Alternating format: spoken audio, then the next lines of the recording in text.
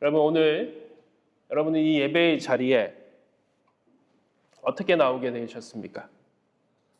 어떤 분들은 습관적으로 나오시는 분도 계실 것이고, 어떤 분은 기도를 하기 위해서, 어떤 분들은 사람을 만나기 위해서 오신 분들도 계실 것입니다. 가끔은 보니까 점심을 먹기 위해 오시는 분들도 계시더라고요. 오늘 우리가 각자의 이 자리에 온 이유와 아마 마음들은 하나님만이 아실 것입니다. 그런데 다시 질문을 드리겠습니다. 오늘 우리는 왜 예배를 드려야 될까요? 예배를 드리지 않으면 우리는 어떤 일이 일어나는 것일까요? 지금은 고인이 된 이어령 교수님이라는 분이 지성과 영성이라는 책에서 왜 우리가 예배를 드려야 되는지에 대해서 이렇게 이야기했습니다. 사실 이 이어령 교수는 지성을 대표하는 한국에서 그런 사람이었고, 또 많은 사람이 전도했음에도 불구하고, 또 그 자녀가 나중에 이제 목사님이 되셔서 전도했음에도 불구하고 계속 교회 나가는 것을 미루고 있다가 결국은 교회를 나가게 됐는데, 사람들이 자신에게 묻더랍니다. 왜 교회를 가냐고, 무엇 때문에, 무엇이 부족해서 예배를 드리냐고. 그때 그분이 이렇게 얘기를 했습니다.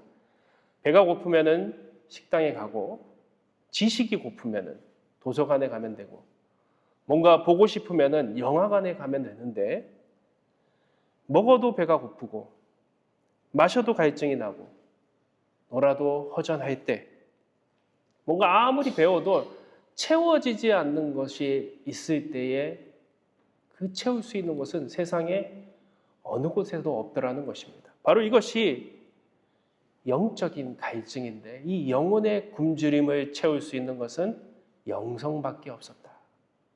그분은 그렇게 대답을 했습니다. 여러분, 사람은 빵으로 살아야 되는 존재이죠. 우리는 밥으로 살아야 되는 존재 아닙니까? 그러나 사람은 밥만으로 살 수가 없습니다. 사람은 돈이 없을 때는 돈이 있으면은 모든 것들이 다 해결될 것처럼 생각합니다.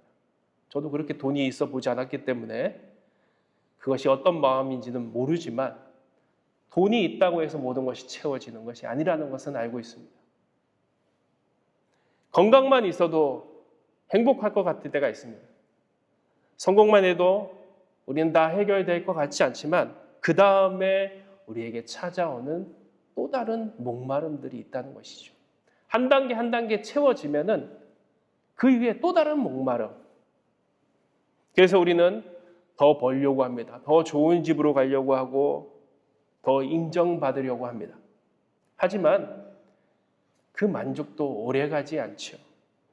우리 안에는 이 세상의 것으로는 채울 수 없는 영적인 갈증이 있기 때문입니다. 지난 주간 저희는 이제 휴가를 다녀왔는데요. 워싱턴에 다녀왔습니다. 차를 몰고 한 11시간에서 12시간을 이렇게 운전하고 다녀왔는데 피곤하더라고요. 근데 그곳에 가서 봐야 될 것들이 있지 않습니까? 지인 목사님이 있으셔가지고 그것을 이렇게 안내해 주셨는데, 찍어야 될 것들이 있지 않습니까?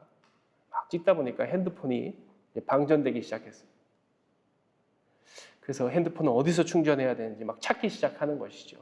우리는 이 핸드폰이 배터리가 10%만 남아도 우리는 막 안절부절합니다.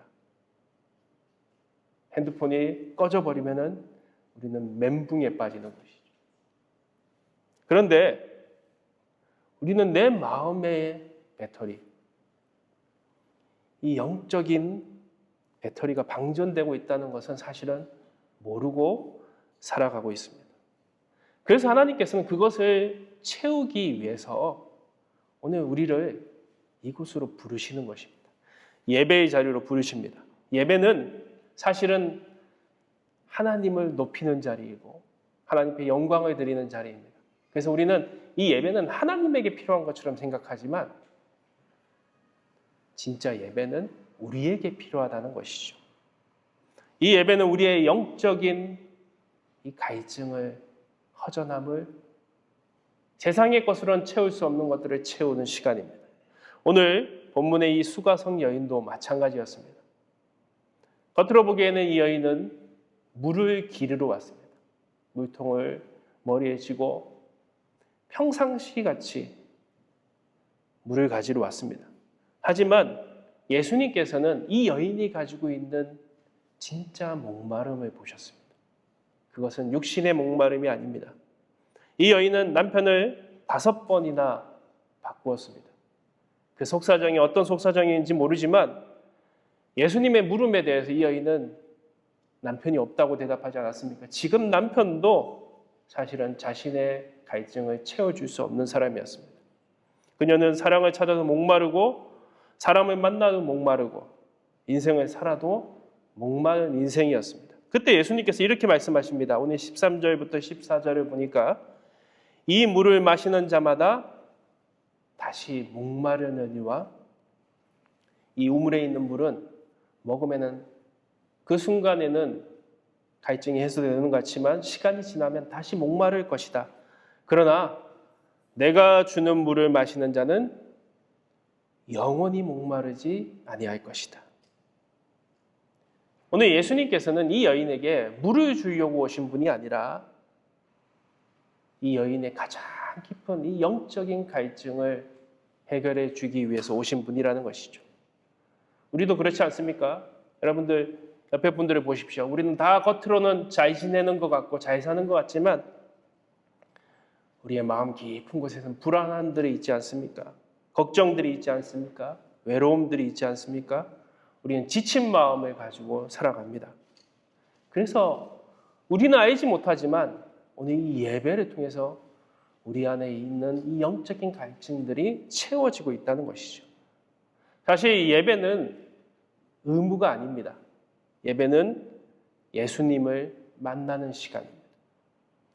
수가성 여인은 처음에는 물만 보았습니다. 하지만 그 여인이 예수님을 만나기 시작할 때 그 여인의 인생이 바뀌기 시작했습니다.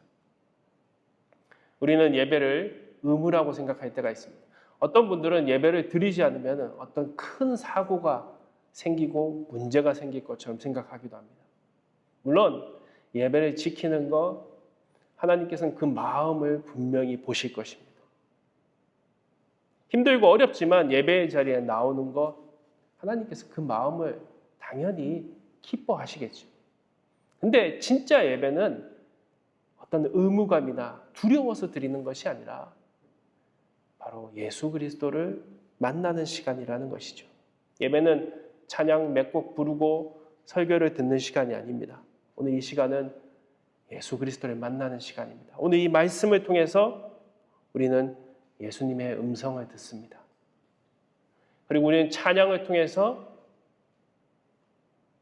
하나님과 소통하고 하나님 앞에 감사를 드립니다. 그리고 우리는 기도를 통해서 주님과 대화하기 시작합니다. 나누기 시작합니다. 우리의 마음을 전하기 시작합니다.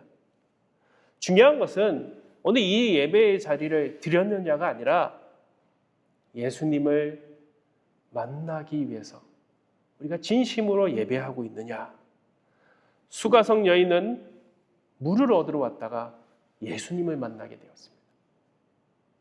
그리고 그의 인생은 완전히 변하게 되었습니다. 예배는 우리의 인생을 바꾸는 시간입니다. 우리의 운명을 바꾸는 시간이라는 것이죠.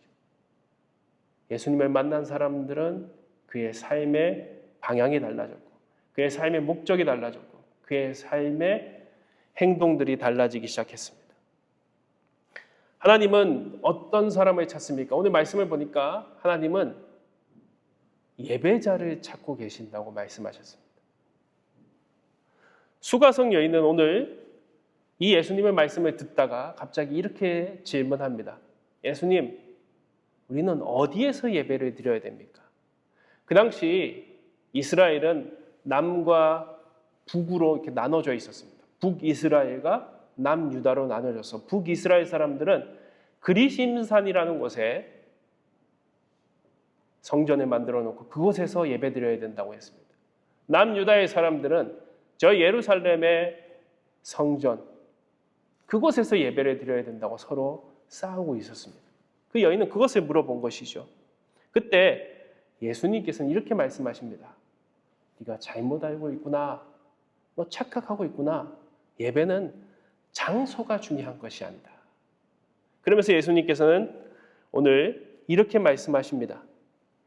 바로 23절이죠. 23절부터 24절을 보면은 아버지께 참되게 예배하는 자들은 예루살렘에서 예배할 게 아니다.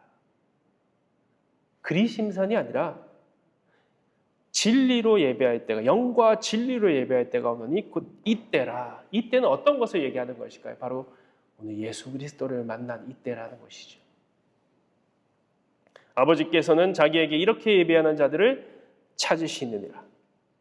하나님은 영이시니 예배하는 자가 영과 진리로 예배할지니라.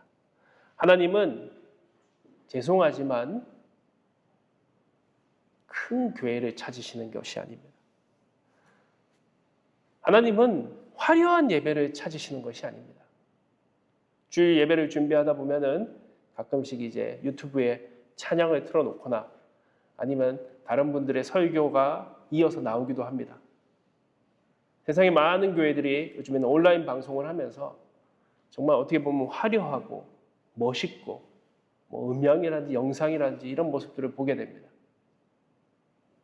근데 하나님이 찾으시는 예배는 물론 그 안에도 하나님이 기뻐하고 찾으시는 분들이 계시겠죠.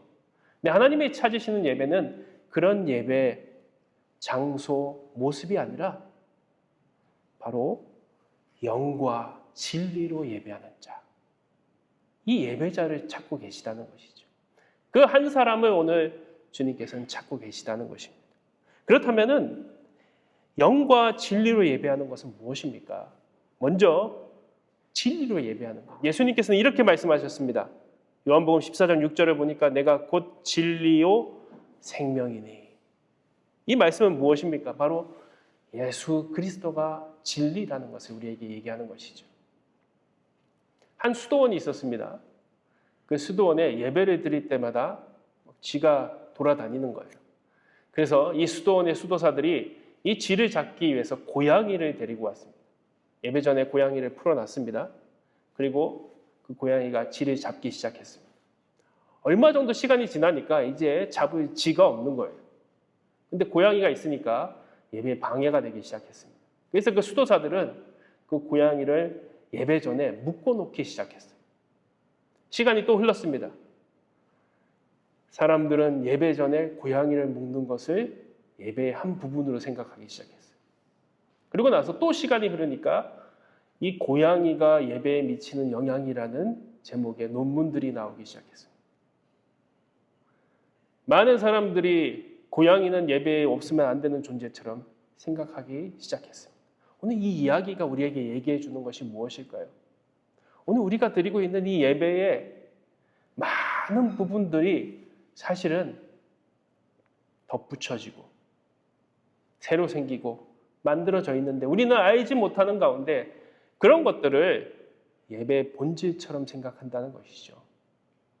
사실 가장 중요한 예배의 본질은 바로 예수 그리스도입니다. 오늘 예배는 바로 예수님을 만나는 시간입니다.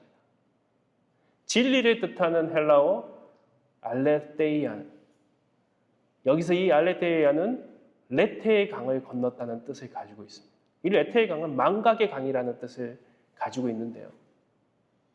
말 그대로 우리가 잃어버린 것을 다시 발견하는 것이 바로 진리라는 것이죠.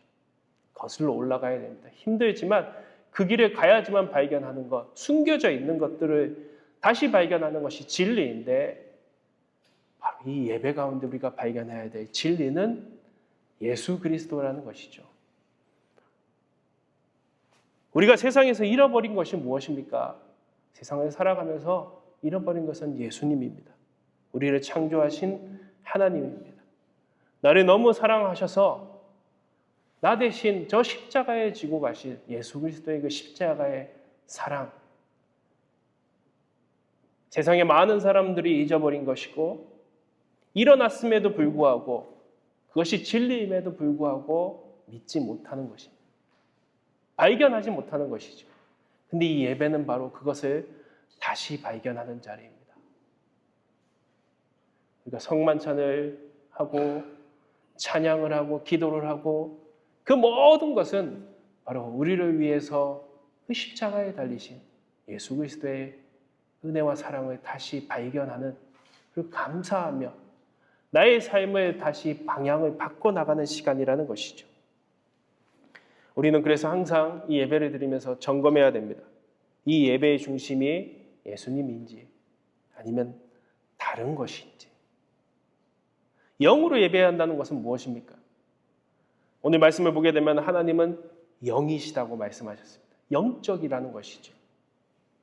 영이라는 것은 항상 성령하고 연관이 되어 있습니다. 예배를 드릴 때 눈에 보이지 않지만 이 시간 성령께서 우리와 함께 하신다는 것이죠. 오늘 우리 찬양팀이 앞에서 찬양을 할 때 그 찬양에 성령께서 함께 하시고요. 오늘 우리가 말씀을 듣고 있을 때 이 말씀 가운데 성령께서 함께 하시고요. 그리고 오늘 우리가 기도할 때 그 기도 가운데 성령께서 함께 하십니다. 제가 믿는 것은 그것입니다. 사람을 바꾸는 것은 말이 아닙니다. 아무리 얘기해도 사람은 변하지 않습니다. 그러나 사람을 바꾸는 것은 하나님의 말씀입니다. 근데 그 말씀은 어떤 말씀입니까? 그 안에 성령께서 역사하시는 말씀입니다. 어느 날 하나님의 말씀을 읽는데 그동안은 그냥 스쳐 지나가던 말씀들이 갑자기 내 안에서 의미가 있어지기 시작합니다. 믿어지기 시작합니다.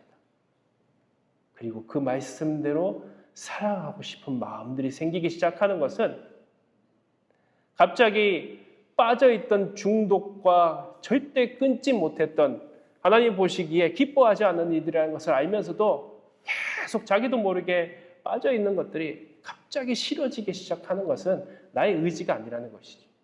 오늘 우리 안에 역사하시는 성령이라는 것입니다.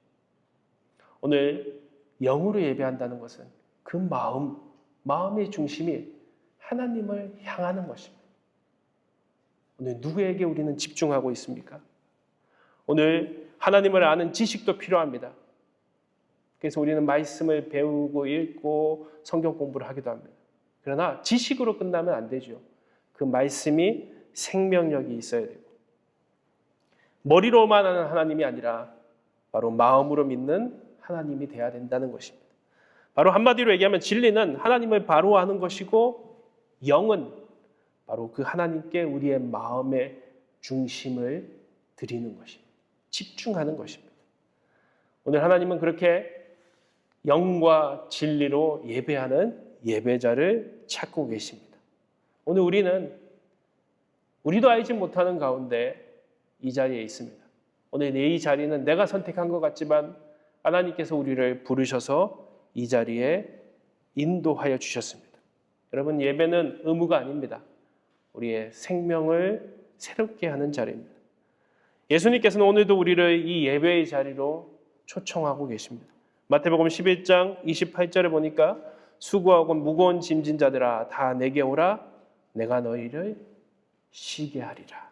그리고 오늘 다시 이 말씀 가운데 이렇게 우리에게 말씀하십니다. 바로 14절입니다. 내가 주는 물을 마시는 자는 영원히 목마르지 아니하리라.